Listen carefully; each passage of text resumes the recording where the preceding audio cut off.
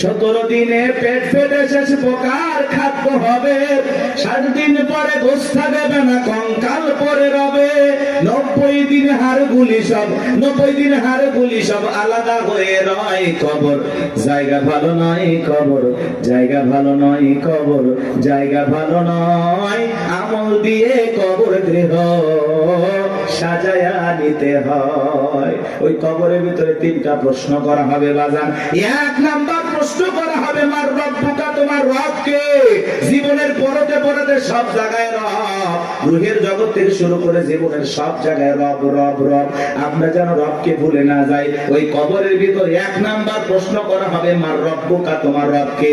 যারা দুনিয়াতে রবের সাথে সম্পর্ক ভালো ছিল, যারা রবের গোলামি করেছে, রবের বিধান মোতাবেক চলেছে, যাদের রবের সাথে সম্পর্কটা গভীর ছিল, তাদেরকে যখন প্রশ্ন করা হবে মার রব্বুকা, আল্লাহর সেই নেককার মুমিন মুত্তাকি বান্দা জবাব দিয়ে বলবে রব্বি আল্লাহ, রব্বি আল্লাহ, আমার রব আমার আল্লাহ। কিন্তু যারা এই দুনিয়ার জমিনে নাফরমানি করেছে, যারা বলে খাও দাও ফুর্তি করো, দুনিয়াটা মস্ত বড়, শয়তানের ওয়াসওয়াসায় পড়ে যারা মিসগাইড হয়েছে, ভুল পথে পরিচালিত হয়েছে, এই দুনিয়ার জমিনে যারা শয়তানের গোলামি করেছে, তাদেরকে যখন প্রশ্ন করা হবে মার রব্বুকা, তোমার রব কে? আল্লাহর সেই সমস্ত বদকার, আল্লাহর সেই সমস্ত অবাধ্য গোলামেরা জবাব দিতে পারবে না, ফেল ফেল করে তাকায় থাকবে। নেককাররা জবাব দেবে, আর বদকার গুনাহগাররা জবাব দিতে পারবে না, ফেল ফেল করে তাকায় থাকবে। ওরা বলবে কি কয়, হ্যাঁ আফসোস, কি কয় আমি তো বুঝি না। মা রব্বুকা জিজ্ঞাসা করবে তোমার রব কে? আরে ভাই জীবনে কোনোদিন অফিসে গেলেন না, বসকে চিনবেন কি করে? কথা বলে এই যে দুনিয়াতে যারা আল্লাহর গোলামি করতেছে, কি মনে করেন 5 ওয়াক্ত নামাজ পড়ে লোকটা ঠকে গেছে? না, কোরআন সুন্নাহ দিয়ে জীবন সাজায় লোকটা ঠকে গেছে? না, ঠকে নাই। এই যে আমরা দুনিয়াতে আল্লাহর গোলামি করতেছি, এই গোলামির বেতন হিসাবে আল্লাহ আমাদেরকে দেবেন জান্নাত। সুবহানাল্লাহ। এই গোলামির বেতন হিসাবে আমরা পাবো জান্নাত, আর বোনাস হলো দিদারে ইলাহি, আল্লাহ পাকের সাথে জান্নাতীদের সাক্ষাৎ। সুবহানাল্লাহ। বেতনও আছে, বোনাসও আছে, কিন্তু দুনিয়াতে গোলামি করে কবরে যাওয়া লাগবে। আপনি 1 ওয়াক্ত নামাজ পড়েন না, রবের সাথে সম্পর্ক নাই, কেমনে জান্নাতে যাবেন? কথা কয় না ভাই? আপনি তো আল্লাহর অফিসই চেনেন না। আল্লাহর অফিস কোথায় চেনেন? কথা কয় না, কথা কয়। রাগ করতেছেন নাকি? এগুলো বললে অনেকে খারাপ লাগে। এক জায়গায় ওয়াজ করেন, হুজুর মৃত্যুর ওয়াজ এইভাবে করিয়েন না, ভয় লাগে।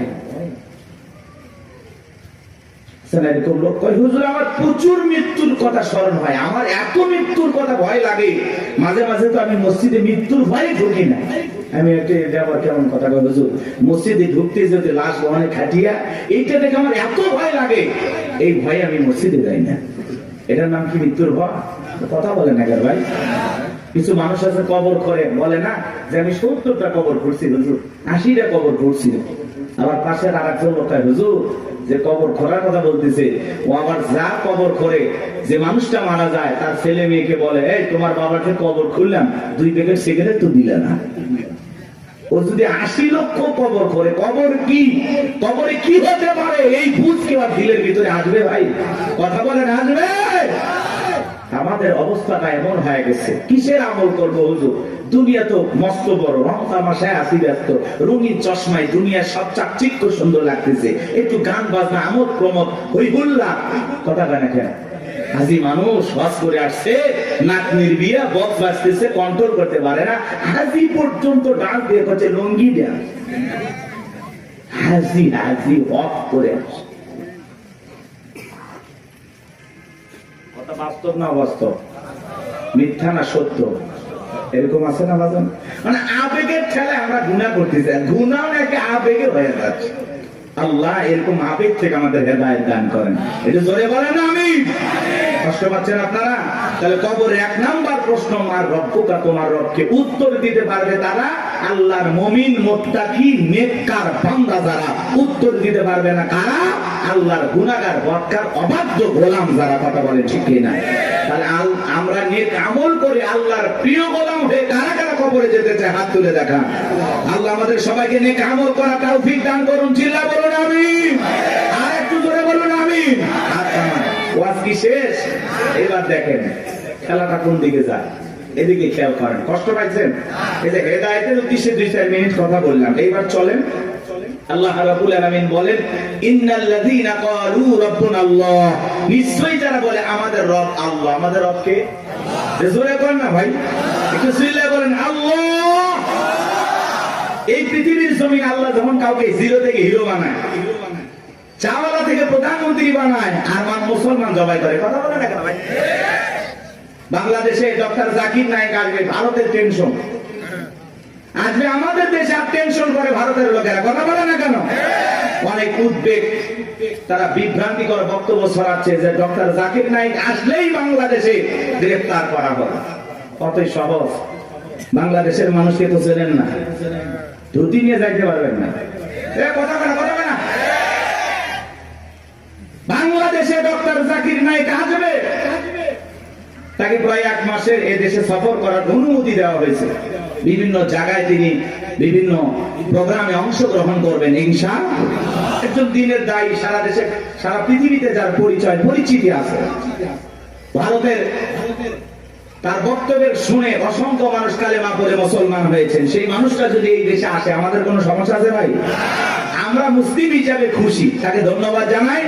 ডক্টর জাকির নায়েককে আমরা সাদরে গ্রহণ করব, লাল গালিচার সংবর্ধনা দেব। কথা বলা ঠিক না?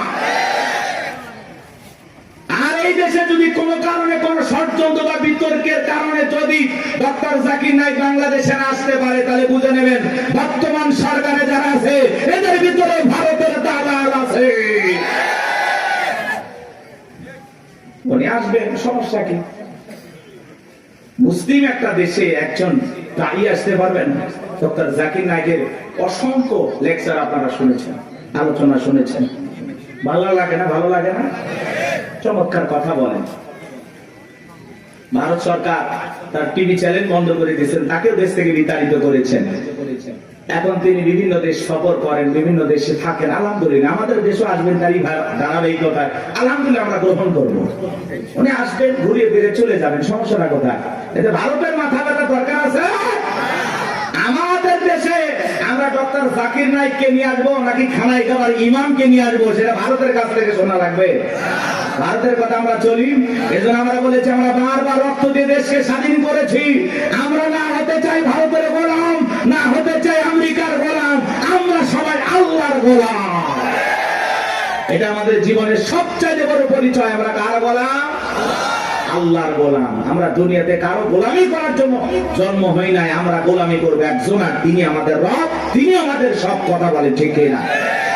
ডক্টর জাকির নায়েক আসতেছে খুব দ্রুত, 28 নভেম্বরের মধ্যেই বাংলাদেশে আসবেন ইনশাআল্লাহ। তার এই সফরকে আল্লাহ কবুল করেন। একটু জোরে বলেন না আমিন। এটা নিয়ে ভারতের মাথা ব্যথা, অনেক টেনশন, মিডিয়াতে অনেক আলোচনা, তুমুল আলোচনা, সমালোচনা চলতেছে, বিতর্ক চলতেছে। সব বিতর্কের অবসান ঘটবে উনি যখন বাংলাদেশ বিমানবন্দরে পৌঁছাবে। আশা করি উনি আসবে ইনশাআল্লাহ। আমার ভাইরা দিল দিয়ে কথাগুলো বোঝার চেষ্টা করবেন। ইন্নাল্লাযীনা ক্বালু রাব্বুনাল্লাহ, নিশ্চয়ই যারা বলে আমাদের রব আল্লাহ। গভীর মনোযোগ দিয়ে কথাগুলো শুনবেন বাজান। এই পৃথিবীর জমিনে আল্লাহ কাউকে জিরো থেকে হিরো বানায়, চাওয়ালা থেকে প্রধানমন্ত্রী বানায়। নিঃস্ব পৃথিবীতে কেউ বেঁচে নাই। চিল্লায় বলে দুনিয়াতে আমার কেউ নাই। সেই মানুষটাকে আল্লাহ নিঃস্ব থেকে ক্ষমতার চেয়ারে বসায়, সেই মানুষটাও ক্ষমতার চেয়ারে বসে জুলুম করে, অত্যাচার করে। কথা বলেন ঠিক কি না? এই পৃথিবীর জমিনে এরকম একজন জালেম ছিল ভবঘুরে, যে নিজেকে আনা রব্বুকুমুল আলা বলে দাবি করেছিল, নিজেকে প্রভু বলে দাবি করেছিল, খোদা বলে দাবি করেছিল, রব বলে দাবি করেছিল। এ ছিল একটা ভবঘুরে যুবক। ভবঘুরে যুবক মানে বোঝেন না? যারা ইয়াবা, ফেনসিডিল, গাঁজা, মদ খায়, গাছক ধাক্কা মারে। ভাইজান সাইদ দেন আছে না? না বাড়িতে যায় বলে বউ দরজা খোল, কথাকে বোঝেন নাই? বউ যখন দরজা খুলে দিয়েছে, ভাই মা এত দেরি করলি কেন? বউ তখন দিকে বলে কি ব্যাপার আমার মা কইলি কেন? আজকে একটু বেশি মাল খাচ্ছি, তুই মা না বউ বুঝতে পারতেছি না। এরকম মাতাল আছে না নাই? কিছু কিছু ছেলে পেলে আছে সন্ধ্যা হলে ঘরে দরজা বন্ধ করে জিকির করে ইজ্ঞাবা ইজ্ঞাবা ইজ্ঞাবা। মা বাবা চিন্তা করে বাবা এটা কিসের ট্যাবলেট, জড়সতি বলা কথা কই কিচ্ছু বোঝার দরকার নাই, টাকা দে নইলে তোর মাথা ফাটাবো। এরকম ইয়াবা খোর আছে না নাই? যারা ইয়াবা খায়, ফেন্সিডিল খায়, গাঁজা মদ খায়, যুবক রে, সমাজের মানুষ তাদেরকে নেশাখোর বলে, টোকায় বলে।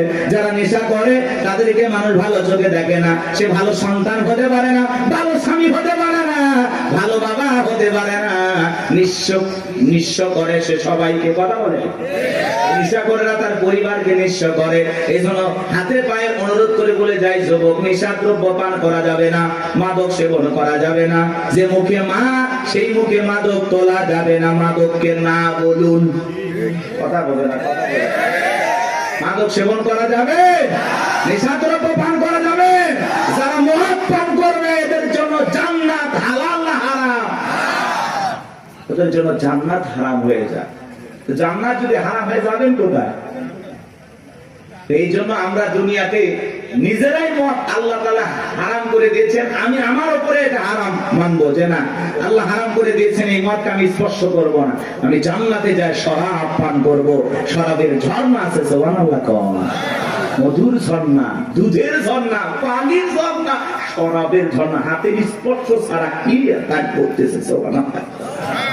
জান্নাত যে কত সুখের জায়গা কেমনে বোঝাবো, ও কল্পনা করা যায় না। আল্লাহ এত সুন্দর করে জান্নাত বানাইছে, সুবহানাল্লাহ বলেন। কষ্ট হচ্ছে আপনাদের? তাহলে এই যুবক নেশা দ্রব্য পান করা যাবে? যাবে? এগুলো আজে বাজে ফালতু জিনিস না খাইয়া, ওই আবার ফেন্সিডিল না খাই, ওই টাকাটা জমায়া বউকে মাসে একটা করে 3 পিস উপহার দাও। কিছু না পাইলে অন্তত 12টা মাসে 12টা বছর খাইবে। কথা কোন ঠিক কি না? হ্যাঁ, আলামিন ভাইয়ের কাছ থেকে যদি সুন্দর একটা শাড়ি দিতে পারতো, কথাই নাই। মেয়েরা সবচেয়ে পছন্দ করে কোন কালারের শাড়ি জানো? নীল কালারের শাড়ি। কথা কয় না? হ্যাঁ, নীল কালারের শাড়ি বউরে কিনে দেবেন। যদি আপনার বউ বেজার হয় টাকা আমি দেবো। কথা কয় না? কথা কয় না? এই কালারটা মেয়েরা সবচেয়ে চয়েস করে বেশি। যদি পারেন আলামিন ভাইয়ের সাথে যোগাযোগ করে একটা শাড়ি খালি দিয়ে দেখেন, ওই দিন বইয়ের ব্যবহার দেখে সারা জীবন আপনার মনে থাকবে। কথা বলে ঠিক না? এই জন্য আজে বাজে জিনিস না খাইয়া ওই টাকা জমায়া বউ বাচ্চার কাপড় কিনে দেবো, ওদের মুখে হাসি ফোটাবো ইনশাআল্লাহ। কোন কোন যুবক আছো মাদক দ্রব্য স্পর্শ করবা না, মাদক নিজের উপরে হারাম করবা, হাত করো। জীবনে কোনোদিন স্পর্শ করবো না ইনশাআল্লাহ। আজকের এই জান্নাতের বাগান থেকে ওয়াদা দিলাম যে আল্লাহ আমরা জীবনে কোনোদিন নেশাদ্রব্য স্পর্শ করবো না। দয়া করে তোমার জান্নাতের শরাবের নহরটা একটু আমার জন্য বরাদ্দ রাখো। একটু ধরে কর না আমি। আপনার আমার ভাইয়েরা, এই ফিরাউন ছিল একটা ভবঘুরে যুবক। এর নাম ছিল কাবুজ। বলকে বলা হতো। কিত্তিদের তরফ থেকে নাম ছিল রামসিস। মিশরের বাদশাহর নাম হলো ফিরাউন। সংক্ষিপ্ত ঘটনা 2-1 মিনিটে বলে সামনের দিকে যাবো বা জানবো। আমার এই ছিল গেল সর্বপ্রথম মিশরে যাওয়ার পরে বাজান সর্বপ্রথম হলো তরমুজের ক্ষেতের লেবার। কিছুদিন লিবারি করলেন। ওই দেশে সরকারি গোরস্থানের দারোয়ান লাগবে। ঢোলপিটায় খবর দেওয়া হলো, হাজার হাজার মানুষ লাইনের উপর হয়ে গেছে গোরস্থানের দারোয়ান হওয়ার জন্য। 1-2 জন ইন্টারভিউ দিতে দিতে যখন ফেরাউনের পালা, দেখে বলে বাদশাহ খুব বড় আসামি বিদেশ থেকে আপনার কাছে এসেছি, যদি চাকরিটা দেন উপকৃত হব। এমন ভাবে কথাগুলো উপস্থাপন করলেন, বাদশার মায়া লাগে গেল। বলে আপনার সাথে ভালো মানুষ মিশর আর কেউ নাই। বুক ভরা আসামে ভিন দেশ থেকে আসছি, পরিবার পরিজন আছে, দয়া করে যদি চাকরিটা দেন সারা জীবন আপনার প্রতি কৃতজ্ঞ থাকবো। এমন ভাবে কথাগুলো বললেন, কথা আছে দুষ্ট লোকের মিষ্টি কথা। বাদশার ভালো লেগে গেল। বাদশা ডেকে বলে ইন্টারভিউ বন্ধ করো। এই কাবুজ নামের ছেলেটাকে মিশরের সরকারি গোরস্থানের দারোয়ানের চাকরিটা দেওয়া হলো। এইবার সরকারি গোরস্থানে দারোয়ানের চাকরি পাওয়ার পর ফেরাউন চিন্তা করে বাদশা প্রতি মাসে বেতন দিবে, ঠিক আছে, কিন্তু এই টাকা দিয়ে চলবে না, আমার সাইড ইনকাম করা দরকার। এইবার যারা লাশ দাফন করতে আসে ওদেরকে ডেকে বলে, শোনো, লাশ প্রতি একটা করে দিরহাম যদি দাও লাশ দাফন করতে দেবো, না হলে লাশ দাফন করতে দেবো না। না। জনগণ টেনশনে বলে গেল, একটা দিরহামের জন্য বাদশার দরবার বিচার নিয়ে যাব, লাশ পয়সা বলে শেষ হয়ে যাবে, যদি পাই একটা টাকাই ছেলেটাই পাক। এই কথা ভেবে জনগণ একটা করে দিরহাম ফেরাউনকে দেওয়া শুরু করলো। আপনারা বলেন তো বাংলাদেশের মানুষের নাম কি? ঘুষ। ঘুষ 1 টাকা হইলে ওটা কি? ঘুষ। এটা কিন্তু বাংলাদেশে আছে আছে আছে। শোনো এই দেশ যারা গল্প করি, দেশটা মনে হয় স্বপ্নপুরী, শুধু কর ঘুষ কর মদ কর জুয়া কর, হেতায় আছে ভুরি ভুরি, হেতায় আছে ভুরি ভুরি। এ দেশে অসৎ কামাই কেউ করে না, তবে ঘুষের টাকা পেলে কেউ তো ছাড়ে না। টেবিলের নিচ দিয়ে হাত বাড়িয়ে কালো টাকাটা নেই সারিয়ে, টেবিলের নিচ দিয়ে হাত বাড়িয়ে কালো টাকাটা নেই সারিয়ে, করছে ওরা বড় দেশের চুরি, করছে ওরা বড় দেশের চুরি। শোনো এ দেশ তার গল্প করি, আছে না নাই? আমার ভাইয়েরা একটা করে দিরহাম জনগণ দেওয়া শুরু করলো। আল্লাহ রাব্বুল আলামিন ওই সময় একটা মহামারী দিল। 2020 সালে আল্লাহ তাআলা আমাদেরকে একটা মহামারী দিয়েছিলেন, ধরো না ছুঁয়ো না, নাম হলো করোনা। করোনা রোগে আক্রান্ত হয়ে বাবা মারা গেছে, ছেলে বাবার লাশটাও দেখতে যায় নাই, বাবার কবরে মাটিও দেয় নাই। বাবার সম্পত্তি ভালো লাগে, মৃত বাবার লাশকে বোঝা মনে হয়। কথা বলে। মায়ের করোনা হয়েছে, জঙ্গলে ফেলা আসছে। বন্ধুর করোনা হয়েছে, বন্ধু দেখতে যায় নাই। ভাইয়ের করোনা হয়েছে, ভাই দেখতে যায় নাই। স্বামীর করোনা হয়েছে, স্ত্রীর কাছে যায় নাই। খাবারের প্লেটটা সাজায় লম্বা একটা বাঁশের লাঠি দিয়ে আস্তে করে স্বামীর ঘরে খাবার ঢোকায় দিয়েছে। কথা বলেন। স্বামী যখন সুস্থ হয়েছে, বিবি কাছে ডাকে বলে, জোসনার বাপ, আমি তোমার কত ভালোবাসি তুমি জানো না। শাড়িটা দিয়ে সুন্দর করে মুখটা মোছায় দিতেছে, আর ডেকে বলে, জোসনার বাপ, তাহাজ্জুদ পড়ে পড়ে তোমার জন্য দোয়া করেছি, আল্লাহ আমার জোসনার বাপের হায়াত বাড়ায় দাও। স্বামী মনে মনে হাসে আর বলে, বিবি রে, তুই যে আমার কত ভালোবাসিস, আমার বোঝা হয়ে গেছে। আমি যখন অসুস্থ ছিলাম, জানালা দরজার দিকে তাকায় থাকতাম, বুঝি দরজা জানালা করে গল্প করবি, দুইটা কথা বলবি, একবারও দেখা করলি না। মোবাইলে তোর ছবি দেখে দেখে মনের দুঃখের কথা ভুলে যাইতাম। তুই যে আমার কত ভালোবাসিস প্রমাণ আমি পাইছি। আমি যখন অসুস্থ ছিলাম, আমারে তুই বাঁশ দিয়া খাওয়াইছিস। কথা বলা এজন্য করোনা মহামারী বুঝে দিয়েছে, দুনিয়াতে কেউ কারো আপন না। কথা বলেন সত্য না মিথ্যা? ওই সময় একটা আতঙ্ক ভয়, কেউ কারো কাছে যায় নাই। বাজানো আমার এই দুনিয়াতে একটা করোনা মহামারীতে মানুষ মারা গেল, মানুষ আর একটা মানুষের কাছে গেল না, বাবার কাছে সন্তান গেল না। তাহলে ভেবে দেখেন বাজান, দুনিয়াতে কেউ কারো আপন না, সব মিথ্যা মায়া, মিথ্যা মায়া। কথা বলে না তো? আপনি কি মনে করেন আপনি মারা গেলে আপনার পরিবারের লোকজন আপনাকে ছাড়া অচল হয়ে যাবে, তারা ভেঙে পড়বে? কিচ্ছু হবে না তাদের। আপনি মরে গেলেও আপন গতিতে আপনার পরিবারের লোকজন তাদের জীবন সাজাবে, আপনার জন্য কেউ অপেক্ষা করবে না। আপনার জন্য পৃথিবীর কোনো কিছু থেমে থাকবে না, না দোকান, না ব্যবসা প্রতিষ্ঠান, না আপনার স্ত্রী, না আপনার সন্তান, না আপনার ব্যবসা বাণিজ্য কামাল, কোনো কিছুই থেমে থাকবে না। আপনি মরে গেলেও সব আপন গতিতেই চলবে। কথা বলে ঠিক না? বরং আমরাই বেশি বেশি ভাবতেছি যে আমি মরে গেলে আমার পরিবারে কি হবে না হবে। ওদের কথা ভাবতে গিয়ে আমরা আখিরাত ভুলে গেছি। এজন্য আসুন আখিরাতকে টার্গেট করি। কথা বলে না? আখিরাতকে টার্গেট করি। এর মধ্যে দুনিয়া যতটুকু হয় হইলেও আলহামদুলিল্লাহ, না হইলে আলহামদুলিল্লাহ। কথা বলে ঠিক না? কিন্তু বেশি দুনিয়াকে টার্গেট করলে আখিরাত আমাদের কাছ থেকে দূরে সরে যাবে। এজন্য আমরা দুনিয়া টার্গেট করবো না, আখিরাত। আমাদের কার প্রয়োজন বেশি? আল্লাহকে প্রয়োজন দরকার না? তাহলে আখিরাতকে টার্গেট করতে হবে। এই পৃথিবীতে আল্লাহ হলো আমাদের সবচেয়ে আপন। স্ত্রী বলেন, সন্তান বলেন, সবাই স্বার্থ স্বার্থ স্বার্থ ছাড়া কেউ আপনাকে চেনে না। পুরুষ হলো টাকা কামানোর মেশিন। পুরুষের টাকা আছে, পুরুষের পাশে সবাই আছে। পুরুষের টাকা নেই, পকেট ফাঁকা, রাস্তার ভিক্ষুকও আপনার সাথে দেখা করবে না। কথা বলে ঠিক না?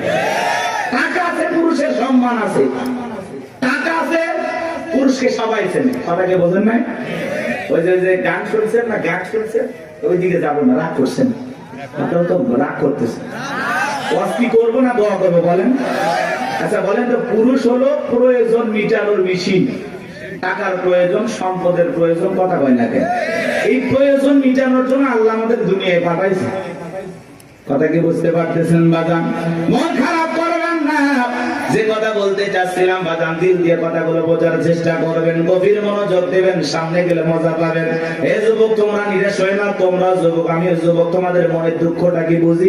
একটু অপেক্ষা করো, তোমাদের জন্য স্পেশাল কিছু আলোচনা মাথার মেমোরিতে সেভ করা আছে, সময় মতো ডাউনলোড দিয়ে শোনায় দেব। মা বোন যারা বসে আছে না, মা একেবারে নিরাশ হবেন না মা। মহিলা প্যান্ডেলে মা বোনদের জায়গা হচ্ছে না, আমি শুনেছি। আর পাগলিদের জায়গা একটু বেশি লাগে, ওদের ঘরেও যেরকম দখল করতে চাই, বাহিরে গেলে দখল করতেছে। কথা কন না কেন? এই যে মা বোনদের জন্য কিছু ওয়াজ করা দরকার আছে না নাই? কিছু বাঁকা পথে মা বোন চলে, বাঁকা পথে চলা মা বোনদেরকে ওয়াজের মাধ্যমে আজকে একটু সোজা করা হবে। একটু সময় দেন, সামনে যায় আমার ভাইয়েরা, চলেন সামনের দিকে যায় বাগান। ওই ডায়রিয়া কলেরা মহামারীতে হাজার হাজার মানুষ মারা গেল, আর ফিরাউনের পকেটে টাকা ঢুকলো, টাকা পাইতে পাইতে এত টাকার মালিক হয়ে গেল বাজান, টাকা টাকার কারোর কোনো জায়গায় নাই। এবার বাদশার দরবার একদিন চলে আসছে, বাদশা আমার কাছে কিছু টাকা পয়সা আছে, এলাকায় যারা গরিব মানুষ হাজরা দিতে পারে না, দুঃখী মানুষ খাইতে পারে না, আমি তাদের একটু জনসেবামূলক কাজ করতে চাই। বাদশাটাকে বলে, বাবা তো ভালো উদ্যোগ, তোমার মতো ছেলে ঘরে ঘরে জন্ম নেওয়া দরকার। এইবার জনগণের সে সমস্ত টাকাগুলো নিয়ে আসা গরিব মানুষের মাঝে বিতরণ করলেন, খাজনা পরিশোধ করে দিলেন। বলেন তো টাঙ্গাইলের মুসলমান বুঝে থাকলে বলেন তো টাকাগুলো ছিল কার? মাইক ধরে বলতেছে 5 লাখ দেব, ওই টাকা পাবে কোথা থেকে? আসমানের ফেরেশতারা প্যাকেট পাঠাবে নাকি? ভালো করে বুঝবেন কোন টাকা কোন জায়গায় যায়। আমাদের গাইবান্ধার আঞ্চলিক ভাষা একটা কথা বলে, মাছের তেল দিয়ে মাছ ভাজা। কথা কি বুঝতে পারতেছেন?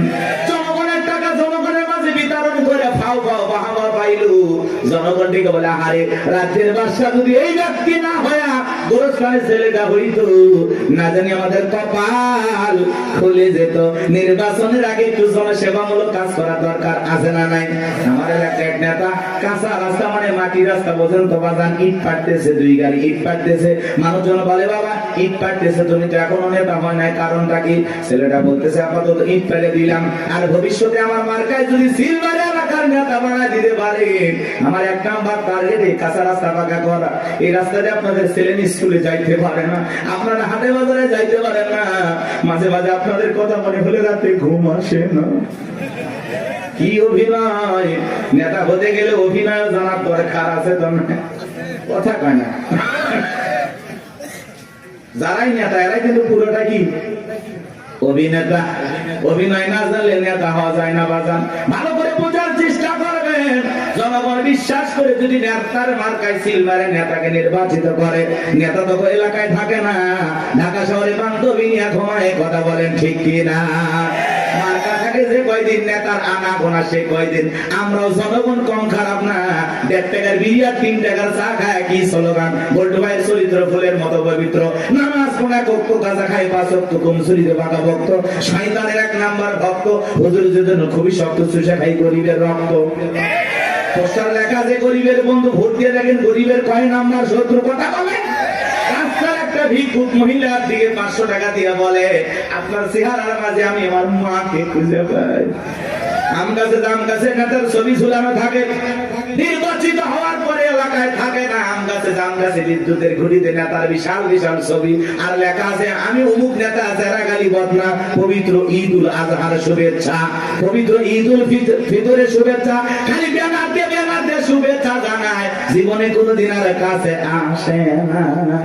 এই নেতা ওই ব্যানার লক্ষ লক্ষ টাকা দিয়ে না বানাইয়া, ওই ব্যানারের টাকা দিয়ে যদি গরিব দুঃখী মানুষের মাঝে বিতরণ করো, তোমার ব্যানার লাগবে না গো, ব্যানার লাগবে না।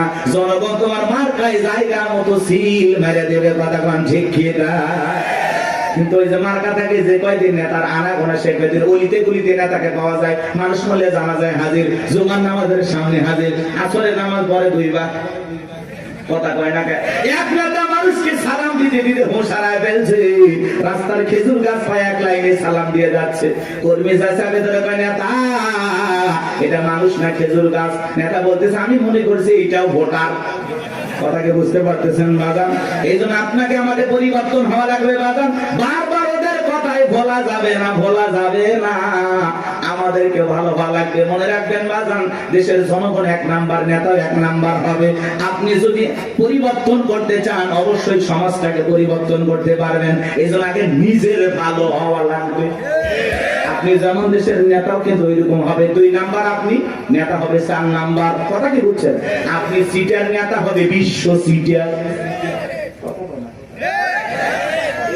কি ভয় পাচ্ছেন নাকি? আমি কোন দলে দালালি করতেছি? আমরা আগে ঠিক হবে। এক পাগল গাছের নিচে হাত তুলে বলে আল্লাহ, আরে হারাক তো মানুষ বাইরে গেছে, 2-4 জন হারিয়ে গেলে কি হবে? পরে খুঁজবো ওই মা, কি মা আজকে আমি শুরু করতে নাকি বাচ্চা নিয়ে আসে, মাকে ধর, মাকে বাচ্চা হারায় যায়, মা কইতে পারবে না, মা না পাগলি। বাচ্চাকে কন্ট্রোল করবেন না। এ বাবা জাহিদ, তোমার মা কান্না করে, আসো বাবু আসো। সাতুটিয়ে বাড়ি, ও মা এত আলাপ বলা হলে স্বামী একদিন আর একজনের হাত ধরে চলে যাবে, টের পাবেন না। হ্যাঁ, বাচ্চা কন্ট্রোল করবে না কি মা। অনেক মা বোন আসছে, এসে বাচ্চা টাচ্চা রাখে ওরা গল্পে লিপ্ত হয়ে গেছে। কেউ তোমার বিয়ে হয়েছে ওই মুখ জায়গায় না, তোমার স্বামী ভালো ব্যবসা করে, ও গল্প করতে বাচ্চা নেই, টেরই বাচ্চা, ও বু ফুবুর চাচি খালা নিয়ে ব্যস্ত হয়। আল্লাহ হেদায়েত দান করে। আর ওদের মাঝখানে এরকম একটু বিনোদন দরকার আছে নাকি? হারায় গেলে আর কি কি সংবাদ আছে দেবেন, দেখবেন, আমি বলে দেব। একটি বাচ্চা হারিয়ে গেছে, নাম কি? জাহিদুল ইসলাম। বাবা জাহিদুল, তুমি কোথায় তুলতেছো ফুল? তোমার মা কান্নে হয়ে গেছে ব্যাকুল, তাড়াতাড়ি করে আসো। জাহিদুল চলে আসবে, মা কান্দেন না, বসে থাকেন। বাচ্চা হারাই নাকি এখনকার বলা পান এক করতেছেন নাকি আপনার? তাকবীর দেন, লিল্লাহি তাকবীর। একটা গাছে তেঁতুল গাছ, কোন গাছ? তেঁতুল গাছের নিচে হাত তুলে বলে আল্লাহ, তেঁতুল গাছে রাজশাহীর ফজলিয়ামদের, রংপুরের হাড়িভাঙ্গাতে, সাফাই নবাবগঞ্জের কাঠিমন্দে, নওগাঁ পাহাড়ের আমরুপালিতে। আল্লাহ বলে পাগলের চোখটা খুলে দেখ, কোন গাছের নিচে দোয়া ধরেছিস? তেঁতুল গাছের নিচে দাঁড়ায়া। কিয়ামত পর্যন্ত আমসালে জামাত পাওয়া যাবে না। নির্বাচনের আগে 500 টাকা, 1000 টাকার বিনিময়ে, 200 টাকার বিনিময়ে নিজের পবিত্র আমানত ভোট বিক্রি করে দেশে উমরের মতো নেতা চাইলে পাওয়া যাবে না। এজন্য আগে আপনাকে ঠিক হওয়া লাগবে। আপনি যখন বলেন আল্লাহ আমার নেতাদেরকে উমরের মতো আদর্শবান নেতা বানাও, আল্লাহ তখন হাসে আর বলে উমরের দেশে থাকার মতো জনগণ কি হতে পেরেছিস? আগে নিজে ঠিক হ। আমার সাকাওয়াত ভাই ওয়াজ করলো, নামাজও পড়ে সুদ খায়। আপনি যখন সুদ খায় মুনাজাত করেন, রব্বানা আতিনা ফিদ দুনিয়া, আল্লাহ বলে তোর মতো সুদখোর হারাম করে দোয়া কবুল হবে না। সুদ খায়, ঘুষ খায়, হাত তুলে দেওয়া, আল্লাহ মাফ করে দিন। ভালো ভাই, আপনি জানেন না সুদ খাওয়া হারাম, ঘুষ খাওয়া হারাম, খাইতেছেন মজা লাগে, টাকায় টাকা বাড়ে, কারেন্ট সুদ, ওরে বদমাইশ। আল্লাহ হেদায়েত দান করে। জোরে বলেন না আমি। কষ্ট হচ্ছে নাকি আপনাদের? আমার ভাইরা ভিডিও কথাগুলো বুঝে যান। আমি যে কথা বলতে যাচ্ছিলাম, তালুকদার বংশের মতো যদি কলিজাটা বড় হয়, বাপের কথা যদি হয়ে থাকেন, ডান হাতটা তুলে বলেন হুজুর যতদিন বেঁচে থাকবো নির্বাচনকে কেন্দ্র করে চা বিড়ি পান সিগারেট খাবো না, একটা টাকাও কোন নেতার কাছ থেকে নেব না। সৎযোগ্য নির্ভীক আল্লাহওয়ালা সমাজের নেতৃত্ব দেওয়ার মতো উপযুক্ত নেতাকে আগামীতে ভোট দিয়ে নির্বাচিত করো। হাত তুলে ওয়াদা দেন, পারবেন তো ইনশাআল্লাহ? আপনার ভোটে যেন কোন চোর ডাকাত সন্ত্রাস এলাকার বিপুল পরিমাণের লুটপাটকারী ব্যক্তি যেন ক্ষমতার চেয়ারে বসতে না পারে। আঙ্গুলের চাপটা দেওয়ার আগে চিন্তা করা লাগবে, আমার ভোটে কোনো মোসারু, গাজারু, মাদারু, সুদারু আপনার ভোটে নির্বাচিত হয়ে যেন ধর্ষণ না করতে পারে, দেশের টাকা বিদেশে পাচার না করতে পারে। এমন নেতাদেরকে 54 বছরে দেখেছেন, আগামীতে যা করবেন বুঝে শুনে করা লাগবে। ভাবিয়া করিও কাজ, করিয়া ভাবিও না, পাথর দিয়ে মানুষকে করবে খুন, এমন নেতা সমাজে প্রয়োজন নাই। কথা বলেন ঠিক কিনা? চলে না বাজার সামনের দিকে যায়, কথা মানে একটু বেশি হয়ে গেল, মন খারাপ করছেন। হক কথা বলা লাগবে, অবস্থা যেমনই হোক বাজান দিল দিয়ে কথাগুলো শুনে যান। নির্বাচনের আগে একটু জনসেবামূলক কাজ সবাই করে, আর নির্বাচনের পাতিলে যে চা রান্না হয়, বৃষ্টি হওয়ার পরে খেলে পালা নিচে যে পানি যায় ওইটার রং আর ওই পাতিলের চায়ের রং সমান, কথা কন ঠিক কিনা? এখন একটা চা খায়, বিড়ি খায়, সিগারেট খায়, নিজের পবিত্র আমানতটা বিক্রি করবেন না, মাথায় থাকবে। আল্লাহ হেদায়েত দান করেন, চলেন সামনের দিকে যাই বাজান। এইবার মিশরের মন্ত্রী মারা গেল, নির্বাচন শুরু হয়ে গেল। আগে তো জনগণের মন কায়রে নিয়েছে, সবাই বলে ভোট দিবা কোনখানে? কয় ফেরাউন যে মার্কাটার আছে তার মাঝখানে। এক চান্সে সবাই মিলে ফেরাউনকে ভোট দিয়া মিশরের মন্ত্রী বানায় দিল। কিছুদিন পরে আল্লাহর খেলা বোঝা বড় হয়, বার্ধক্যজনিত কারণে মিশরের বাদশা মারা গেল, সিংহাসন ফাঁকা হয়ে গেল। ফেরাউন সমস্ত জনগণ আর নেতাদেরকে ডেকে বলে, দেশের জনগণ শোনো দিয়া মন, দেশের বাদশা মারা গেছে, বাদশা ছাড়া একটা দেশ চলতে পারে না, তোমরাই বলো মিশরের বাদশা হবে কে? সমস্ত জনগণ ডেকে বলে, অনেক আগে আপনাকে চেনা জানা হয়ে গেছে, আপনি মিশরের বাদশা হয়ে যান, আমাদের কার কোনো আপত্তি নাই। জনগণ যখন সমর্থন দিল, ফিরাউন নেতাদেরকে ডেকে বলে, তোমরা বলো আপত্তি আছে? নেতারা ডেকে বলে, আমাদের কোনো আপত্তি নাই, জনগণ সমর্থন দিয়েছে, আপনি নেতা, কোনো সমস্যা নাই। এইবার সবার সমর্থন পাইয়া মিশরের বাদশা হয়ে গেল, ক্ষমতার চেয়ারে বসে ঠেসছে কি। রাতের বেলায় ফিরাউন ঘুমাইতে যায়, চোখে আর আরামের ঘুম আসে না, ঘুম থেকে লাফায় লাফায় ওঠে। অনেক মানুষ দেখবেন বাজানো 4টা ঘুমের ট্যাবলেট খায়, কোটিপতি টাকাওয়ালা সম্পদওয়ালা বড় বড় হাইব্রিড নেতা 4টা ট্যাবলেট খায়, ঘুমায়। এরপরে রাত 2টার দিকে ঘুম থেকে উঠে সিসি ক্যামেরার ফুটেজ তালাশ করে, কেউ ঢুকছে নাকি মারার জন্য। কারণ বিল্ডিং এর প্রত্যেকটা জায়গায় খালি দুর্নীতির গন্ধ, জুলুমের গন্ধ, মানুষ মারার গন্ধ, মানুষকে প্রতারণা ধোঁকা দেওয়ার গন্ধ। কথা বলেন না কেন? ওই বিল্ডিং কি আমনে দাঁড়াইছে? রাগ করতেছেন আপনারা? এ বাজার গো, আমার লম্বা করবো না। ধনী মানুষ টাকা আছে, সম্পদ আছে, দামি বিছানা আছে, দামি খাট আছে, কিন্তু ঘুমটা নাই। আর গরিব রিক্সা চালায়, ভ্যান চালায়, মাঠে কাজ করে, আলু ভর্তা দিয়ে, ডাল ভাজি দিয়ে, সবজি দিয়ে ভাত খায়, বউকে কোলে নিয়ে ঘুমায়, কি আরামের ঘুম। কথা বলেন না কেন? আর ধনী স্বামী স্ত্রীর মধ্যে দাও কুড়ালের সম্পর্ক, বউ আলাদা খাটে, স্বামী আলাদা খাটে, ইয়া তো ধনী হয়ে গেছে, এখন স্বামী স্ত্রীর মধ্যে মহব্বত ভালোবাসাই নাই। আছে না না এরকম পরিবার? ওই দিকে আর যাচ্ছি না বাজান, সামনে গেলে মহিলাদের ওয়াজ করবো, চলেন না যাই। যে কথা বলতে যাচ্ছিলাম বাজান, ফিরাউনের চোখে ঘুম নাই, তার দরবারে জ্যোতিষী ছিল 400 জ্যোতিষী লিডারের নাম দবিরা, বয়স হলো 320 বছর। দেখে বলে, দবিরা কেন জানি রাতের বেলায় ঘুমাইতে পারি না, আজে বাজে স্বপ্ন দেখে লাফায় লাফাতে, কারণটা কি? দবিরা এবার দেখে বলেন, এত অপেক্ষা করেন, একটু আমাকে সময় দেন। দবিরা সময় নিয়ে ভাগ্য গবেষণা করে বলেন, নেতা যদিও ছিলেন ভবঘুরে যুবক, তরমুজের ক্ষেতের লেবার, গোরস্থানের দারোয়ান, এরপরে মিশরের মন্ত্রী, বর্তমান রানিং বাদশা, আঙ্গুল ফুলা কলার গাছ, কিন্তু আপনার ভবিষ্যৎ জীবন বড় অন্ধকার। আগামী 3 মাসের মধ্যে বনি ইসরাইল সম্প্রদায়ের ভিতরে মুসা নামের একটা ছেলে জন্মগ্রহণ করবে, ওই মুসার কারণে রাজত্ব পাওয়ার ক্ষমতা থাকবে না। নেতারে, এমনকি আপনার জীবন যাওয়ার সম্ভাবনাও দেখা যায়। এই কথা শোনার পরে ফিরাউনের মাথা ঠান্ডা না গরম? খালি গরম। মানে রবিরা যদি বলতাম মুসা আসবে, খানকা বানায় বসে বসে জিকির করবে, তাহলে মাথা গরম করতো না। আজ বাংলাদেশের দিকে তাকায় দেখবেন, যারা খানকা বসাইয়া জিকির করতেছে, লাফালাফি করতেছে, নারী পুরুষ একত্রে হয়ে ঢোলক বাজায় জিকির করে, আর গান গে দেখে না। কয় পানির ভিতর জ্বললে বাতি, ঝড় বাতাসেও নেবে না, ল্যাংটা বাবার মুরিদ হইলে নামাজ রোজা লাগে না। এই পীর সাহেব বলবে নামাজ রোজা লাগে না, ওটা পীর না, টাটকা শয়তান। সিজদার মতো একটা সিজদা দিবি, জান্নাত পার হয়ে জাহান্নামের তলে পড়বি। আছে না নাই? লালন শাহ বাজারে দেখলেন না, মহিলারা গাঁজার কলকিতে টান মেরে খাইয়া বলতেছে, আমি বিমানে উঠতেছি। প্রকাশ্যে জনগণের সামনে মাজার গুলোতে গাঁজা খাওয়া হয়, মাজারে গাঁজার কলকি দিয়া তো ধোঁয়া ছাড়ে বাজান। রাস্তায় প্রশাসনের লোক দাঁড়িয়ে থেকে বলে, মনে হয় ওরসের রান্না চলছে। কথা বল না কেন? ভণ্ডগুলো ভণ্ডামি করে যাচ্ছে, আর বলে আমরা হকের দরবারে আছি। আছে না নাই? কথা বলেন না কেন?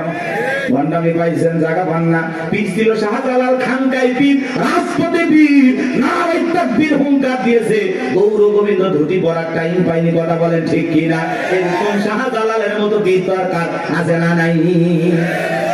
আল্লাহওয়ালা ভালো জিনিস, ওয়াকুনু মাস-সাদিকিন, আল্লাহ বলে তোমরা সত্যবাদীদের সঙ্গে হও। যে পীরের পা থেকে মাথা পর্যন্ত নবীর সুন্নাত দিয়ে ঢাকা, যার চেহারার দিকে তাকাইলে আল্লাহর কথা স্মরণ হয়, এরকম আল্লাহওয়ালা যেখানে আমরা আছি সেখানে নাজাকর ভণ্ড লালু বাবা, কালু বাবা, শিকল বাবা, তালা বাবা যেখানে, শয়তান আছে সেখানে।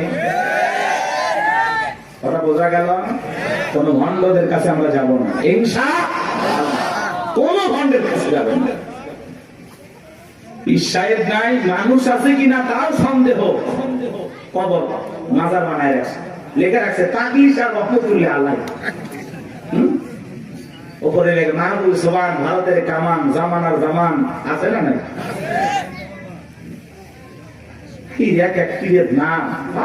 আল্লাহ হেদায়েত দান করেন। ভণ্ড পীরের ওয়াজ বেশি করবো না, কষ্ট হচ্ছে আপনাদের। এই ভণ্ডদের কাছে যাওয়া যাবে? এমনও পীর আছে মহিলা মুরিদ দেখলে মাথা ঠিক থাকে না, দুই হাত বাড়া বলে মাই। মহিলা চিন্তা করছে এত বড় আল্লাহ আমারে ডাকে, যদি বুকে না যায় জাহান্নামে জায়গা হবে না। ঈশ্বরের বুকের ভিতরে ঢুকে গেছে, আর পীরের বুকের ভিতরে ঢুকে এত শান্তি পাইছে, আনন্দের ঠেলায় গান গায়, বাবা আমি তোমায় ভালোবাসি, তোমার চরণ সুবিতে বাবা তোমার কাছে আসি গো বাবা, আমি তোমায় ভালোবাসি। যে নারী স্বামীকে বাদ দিয়ে পীরের ফাটা পায় চুমা খায়, ওই নারীর চরিত্র ঠিক না। শুনে যান, আপনার কি আপনার স্বামী, কথা বলে প্রত্যেকটা সন্তানের কাছে তার মা বাবা হলো পৃথিবীর সবচাইতে বড় পীর। কথা বলে জীবনে কোনোদিন মা বাবাকে ভাত দেয় না, পিতা মাতার জন্য 1 কেজি কমলা বেদনা কেনে না, ঈশ্বরের দরবারে গরু নিয়ে দৌড়ায়। পাগল দেখছেন? মা বাবার খবর নেয় না, পীরের বাবার খবরের অভাব নাই। আল্লাহ হেদায়েত দান করেন। গরু ছাগল নিয়ে কোনো পীরের দরবারে দৌড়াবেন না। আচ্ছা উনি যদি আল্লাহওয়ালা হয়, ভালো আছে, তো গরু ছাগল দিয়ে কি করবে? এলাকায় কত গরিব নিয়ে বিয়ে হয় না, দেন না, গরুটা জবাই করে মেহমানদারি করা দেন, আল্লাহ খুশি হবে। এলাকায় মাদ্রাসা আছে, গরিব দুঃখী বাচ্চা পড়াশোনা করে, এতিম বাচ্চারা, একটা ছাগল মাদ্রাসায় দেন, ওরা জবাই করে কি আল্লাহ কোরআন তেলাওয়াত করবে, আরশের মালিক আল্লাহ খুশি হবে। আপনি মাজারে যায় ছাগল গরু দিয়ে, হ্যাঁ রাত ভর্তি করে নিয়ে যায়, মাইক বাজারে গান গায়, দেখেননি? যা কত কথা বলা যাবে না, কষ্ট হচ্ছে আপনাদের। কোন বাজারে টাকা পয়সা দান করবেন না, কথা বলে। হ্যাঁ, কোন মাজারে যদি মসজিদ থাকে, মাদ্রাসা থাকে, সেই জায়গা আপনি দান করতে পারেন। শুধু মাজার এমন জায়গায় 1 টাকা দেবেন, কথা আপনার যা বলতেছে আপনি তাই করবেন। মাজারে কেন টাকা দিচ্ছেন? উনি আল্লাহ না, ভালো আছে না, টাকা দিয়ে কি করবে? আগে কিনে খাবে। আপনি মাজারে কেন টাকা দিচ্ছেন?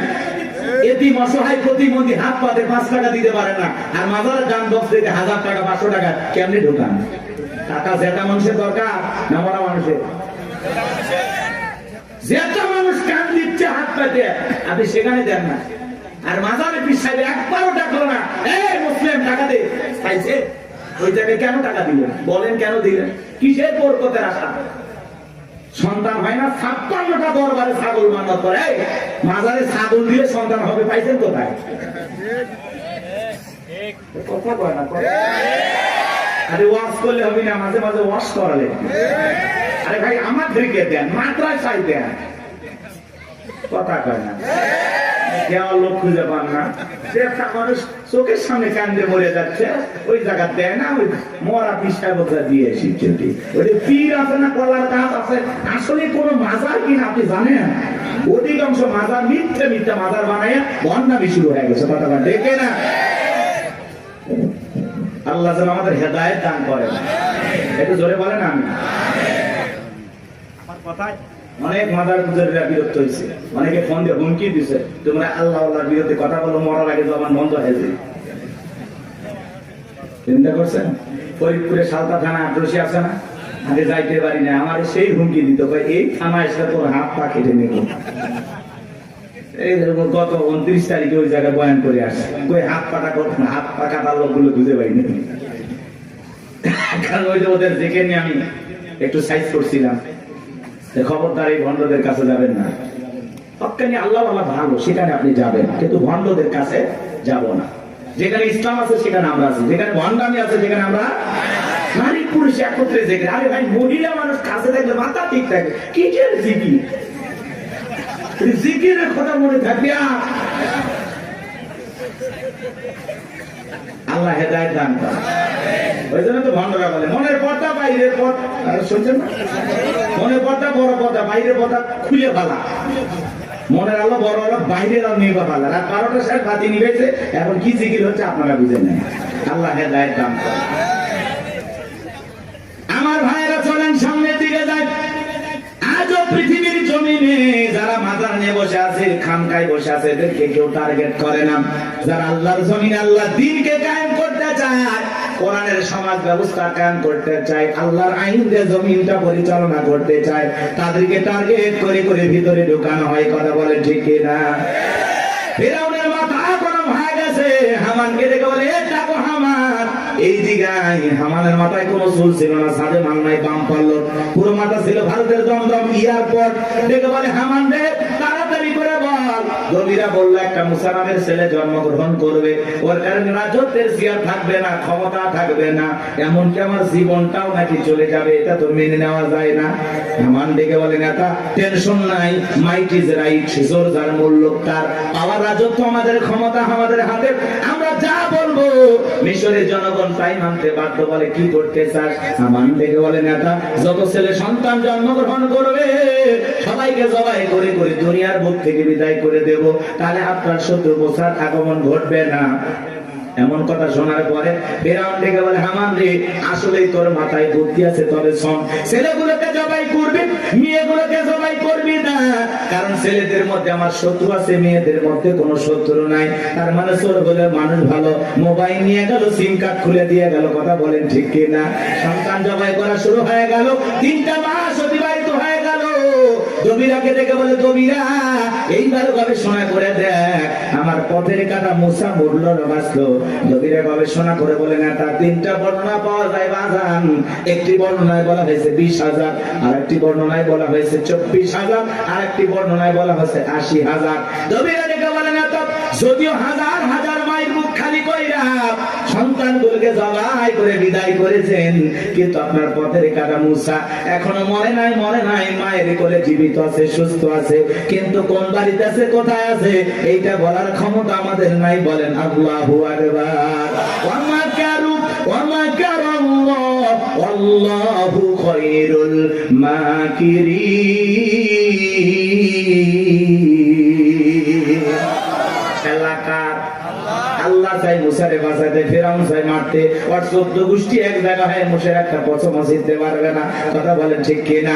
ফিরআউন রাগান্বিত হয়, বলে এ সেনাবাহিনীর দল, এতগুলো মারলি, আসলটাই মারতে পারলি না। এলাকায় তল্লাশি চালাও, চিরনবিধান চালাও, ঘরে ঘরে প্রবেশ করো, যেখানে মুসারে পাইবা দরবার জবাই করবা, আমার মাথার টেনশনটা দূর করো। যাও। একদল সেনাবাহিনী মুসা নবীর বাড়ি থেকে রওনা করেছে। মুসা নবীর বড় বোন, তার নাম মারিয়ম, দেখে বলে মা, ওই যে ফিরআউনের সেনাবাহিনী দেখা যায় মা, আর বুঝি ভাইকে বাঁচানো গেল না। মুসা নবীর মা সন্তানকে দিক সেদিক দৌড়ায়, কে যেন ইলহামের মাধ্যমে আওয়াজ দেয়, বলে মুসা মা, তোমার সন্তানটাকে চুলার ভিতরে ফেলায় দাও, কথা দিলাম গুরু, তোমার সন্তানটাকে আবার তোমার কোলে ফেরায় দেব। বলুন সুবহানাল্লাহ। মুসা নবীর মা তাই করলেন। লম্বা ঘটনা বাজান সংক্ষিপ্ত করে বলে দিয়ে যায়, ফিরআউনের সেনাবাহিনী তল্লাশি চালাইয়া তন্ন তন্ন করে ঘর বাহিরে সব জায়গায় খুঁজে তারা চলে গেল। এইবার মুসা নবীর মা চোখের কোনায় পানি নিয়ে কাঁদেন, আর মনে মনে ভাবেন সন্তান বুঝি আগুনে পড়ে কয়লা হয়ে গেছে। কাছে যায় তাকায় দেখেন, না না, মুসা নবী আগুনে পড়ে নাই, মুসা নবী চুলার ভিতরে পড়ে মুস্কি মুস্কি হাসতেছি। সন্তানটাকে কোলের মধ্যে নেবেন, কে যেন তাই আওয়াজ দেয়, বলে মুসার মা, কতদিন জালেম ঘরে ভয় লুকিয়ে রাখবা, সিন্ধুক একটা বানায়া দরিয়ার বুকে ভাসায়া দাও, কথা দিলাম গো, তোমার ছেলেটাকে আবার তোমার কোলে ফেরায়া দেব। মুসা নবীর মা টেনশনে পড়ে গেলেন, সিন্ধুক পাবেন কোথায়? পরের দিন সকালবেলা কে যেন ডেকে বলে, মিস্ত্রি লাগবে না, আমি একজন মিস্ত্রি। মুসা নবীর মা তাইকে বলে, মিস্ত্রি দিকে আসো। জীবনে কেউ মিস্ত্রি বলে চিল্লাইলো না, তুমি কিসের মিস্ত্রি, কি বানাইতে পারো? মিস্ত্রি ডেকে বলে, মা, আপনি যদি মনে করেন এমন একটা সিন্ধুক আপনার দরকার, যে সিন্ধুকের ভিতরে আপনার সন্তানকে তুলে দরিয়ার বুকে ভাসায় দেবেন। ও মা, চাইলে এমন একটা সিন্ধুক আমি বানায় দিতে পারি, তাই নাকি? বলে হ্যাঁ। মুসা নবীর মা ডেকে বলে, মিস্ত্রি তুমি তোমার মনের কথা বলেছো, এরকম একটা সিন্ধুক আমার প্রয়োজন। মিস্ত্রি ডেকে বলে, মা কিছু যন্ত্রপাতি আছে, ধার দেওয়ার জন্য পানির প্রয়োজন হতে পারে, আবার না হলেও চলবে, আপনি একটু ভিতর থেকে পানি নিয়ে আসেন। মুসা নবীর মা ভিতর থেকে পানি নিয়ে এসে দেখে মিস্ত্রি সুন্দর একটা সিন্ধুক বানায়া দাঁড়িয়ে আছে। এবার সিন্ধুকটা হাতের মধ্যে দিয়ে মিস্ত্রি দৌড়ায়, পেছন থেকে ডেকে বলে, মিস্ত্রি লোহার পয়সা কি নিবা না, কাঠের পয়সা কি নিবা না, তোমার পারিশ্রমিকের দামটা কি নিবা না? মিস্ত্রি ডেকে বলে, মা যারা বিপদে পড়ে আমি তাদের উপকার করি, বিনিময়ে টাকা পয়সা গ্রহণ করি না। মুসা নবীর মা ডেকে বলে, মিস্ত্রি এই বিপদের দিনে এত বড় উপকার করলা, লোহার পয়সাও নিবা না, কাঠের পয়সাও নিবা না, তোমার পারিশ্রমিকের দামটাও নিবা না, অন্তত তোমার নামটা বলে যাও, মাঝে মাঝে তোমার কথা মনে হলে আল্লাহর কাছে তোমার জন্য দোয়া করব। মিস্ত্রি দেখে বলে, মা আমি দুনিয়ার কোন সাধারণ মিস্ত্রি না, আমি আল্লাহর ফেরেশতা, আমার নাম জিবরাইল। এইবার সিন্ধুকের ভিতরে মুসা নবীকে তুলে দরিয়ায় ভাসায় দিলেন। আর মেয়ে মারিয়ামকে বলে, মা সিন্ধুক ভাসতে ভাসতে কই যায় খবর নিয়ে আসবি। ওই দিন বিকেল বেলা ফিরাউন তার প্রিয়তমা স্ত্রী আসিয়াকে নিয়ে আসছে সমুদ্রের সৈকতে হাওয়া খাইতে। মাঝে মাঝে বউকে একটু বিনোদন করা দরকার, আছে না নাই? হালাল বিনোদন। মাঝে মাঝে ভাবি কিনে কক্সবাজার চলে যাবেন যদি সামর্থ্য থাকে, কথা কয় না? বউকে পর্দা করায় নিয়ে যাবেন। আমি কি বলছি, কক্সবাজারে যে হাফ প্যান্ট পরে গোসল করবেন, তাহলে গুনাহ হবে, কথা কয় না কেন? কিছু পোলাপান আছে বহু সুন্দরী, মাথা কাজ করে না, কক্সবাজার নিয়ে যায় ঘোড়ার উপরে তুলে সেলফি তোলে, সুন্দর করে সমুদ্রের পানিতে গোসল করতেছে, সেলফি তোলে। বিকেল বেলা আইডিতে পোস্ট করে বলে, প্রিয়তমার সাথে কক্সবাজারের প্রথম দিন কিছু ছবি তুলেছি দোস্ত তোমাদের দেখার জন্য, ভাবিকে বৃষ্টি ভিজা শরীরে কেমন লাগতেছে একটু লাইক কমেন্টসে জানাও। এর চাইতে মূর্খ বেয়াদব সমাজ আর কেউ আছে নাকি? যে নিজের বইয়ের ছবি ফেসবুক আইডিতে ছাড়ে, এর রুচিতে সমস্যা, কথা বলে। এই বউ হলো পার্সোনাল জিনিস, একান্তই আমার, এটা পাবলিসিটি করার জিনিস না, কথা বলে না। এমনিতে নিয়ে মানুষকে জ্বালায় আছি আমরা, তার উপর আবার বইয়ের ছবি ফেসবুকে ছাড়ে, কত পাগল আছে না? না হুজুর এখন একটা গান বানাচ্ছে, শোনি, কথা বানাতে শুনছেন? কোন গ্রামে বাড়ি তোমার, কেমন তোমার বাপ, ফেসবুকে ছবি সাইডে করছো কেন বাপ, শুনছেন না? দেখ সময় নাই, অনেক লম্বা হবে, কষ্ট হচ্ছে আপনাদের, বিরক্ত হয়েছেন আমার কথা? মহিলা দল আজ একটু পরে হবে, আপনার আগে ঠিক হন। কি বউকে মাঝে মাঝে বিনোদন করবেন? পিকনিক স্পট গুলো যেখানে ভদ্র লোকেরা যায় সেখানে যাবেন, মাঝে মাঝে বউকে নিয়ে একটু ঘোরাফেরা করবেন, নিজে বউকে একটু সময় দেবেন, না হলে অন্য আরেকজনের সাথে ঘোরাঘুরি করবে, আপনি টেরই পাবেন না। এরকম মহিলা আছে না? নাই? আর একবার যদি বউ বাঁকা পথে চলে, ওই বউকে সোজা করা কঠিন। নষ্ট গাড়ি ঠিক করা যায়, কিন্তু নষ্ট নারীকে ঠিক করা যায় না। একবার যদি একটা নারীর চরিত্র নষ্ট হয়ে যায়, ওই নারী একটা পতিতার চাইতেও নিকৃষ্ট হয়ে যায়। এর জন্য বাজান, কথাগুলো বাস্তব। নষ্ট গাড়ি ঠিক করা যায়, কিন্তু নষ্ট নারীকে ঠিক করা যায় না। নারী এমন একটা জিনিস, নারী বুঝতে পারলে নিয়ামত, না বুঝতে পারলে কিয়ামত। বুঝতে পারলেই ঘরে সুন্দর পরিবেশ নিয়ে বাঁচতে পারবেন, আর না বুঝতে পারলে ঘরে আগুন চলবে, দাউ দাউ করে অশান্তির আগুন জ্বলবে। ওই আগুনে শুধু আপনি জ্বলবেন, আপনার পরিবারও জ্বলবে, সমাজ জ্বলবে, কথা বলে ঠিক কিনা? আরে ভাই, মসজিদে মুয়াজ্জিনি করে বইয়ের জ্বালায় গলা দড়ি দিয়ে মরছে, দড়ি দিয়ে মরছে। কয়েকদিন আগের ঘটনা, হুজুর মানুষ আমরা মারবেও পারি না, শাসনও করে পারি, কি দিয়ে মারবেন? আল্লাহ এমন একটা সিস্টেম দিয়েছে মারা, মেসওয়াক পরিমাণে 1 বিঘা, কথা কয় না? আচ্ছা, এটা তো মারা যায় 8 ইঞ্চি দিয়ে, কথা কয় না? এটা পান্টি হলো, অনেকে পাই হুজুর প্লাস দিয়ে মার, মানে প্লাস দিয়ে ওই পান্টি ধরবি না, হাত দিয়ে ধরালো। আর তার বউ যদি মমতাজের মতো মোটা হয়, আর ওই পানকে যদি পিঠে বাজায় বউ কবি আমার কাতুকুতু লেগেছে কথা পান ঠিক। ইসলাম এমন একটা সুন্দর সিস্টেম আল্লাহ তাআলা আমাদেরকে দিয়েছেন। ইসলাম এত সুন্দর একটি ধর্ম, আসলে বউ মারার পক্ষে আল্লাহ নাই, কথা কয় না। আল্লাহ বলতেছে বউ ভালোবাসার জিনিস, মারবে কে? আর তুমি যদি সকালে বউরে পিটাও, রাতের বেলা তুই ঘুমাবা, ওই বউয়ের কাছে যাতে তোমার লজ্জা করবে না, কথা কয় না। আর পাগল, কিছু পাগল আছে না, বউরে এমন পিটান পিটা যতক্ষণ আব্বা ডাকছিস ততক্ষণ ছাড়বো না। মানুষের গৌরী এত মারিস কেন? তাই মারবো না। এই বেহানারি বাবার কাছে আমি 1.5 লাখ টাকা পাই, মাত্র 1 লাখ টাকা দিয়েছে, এখন আমি 50,000 টাকা পাই। ও মানে শ্বশুর বাড়ি থেকে হালখাতার টাকা পাই। এরকম যৌতুক লোভী কিছু আছে না? না, যারা যৌতুকের জন্য বউকে পিটায় এরা হলো ছোট লোক, কথা বলেন। এরা সমাজের জঘন্য লোক, কথা বলেন। এই পুরুষ না টাকা ইনকাম কর, যা ইনকাম কর। শ্বশুরের টাকা লোক কাঁচা পায়খানা খাওয়া যেমন হারাম, কন্যা পক্ষের কাছ থেকে জোর করে যৌতুক দাবি করা তেমনি হারাম। তো যৌতুকের টাকা না খাওয়া 2 কেজি খা। কি সাকলাত ভাই মন খারাপ করতেছেন? এই যে চলবে, রাগ করতেছেন নাকি আপনারা? এবারে যৌতুক নিয়েছেন নাকি আপনি? উঠতেছেন কেন? তাকবীর লিল্লাহি তাকবীর। আমার ভাইরা গভীর মনোযোগ দিয়ে শুনবেন বাজান। সামনের দিকে গেলে একটু কষ্ট হবে আপনাদের, কষ্ট হচ্ছে?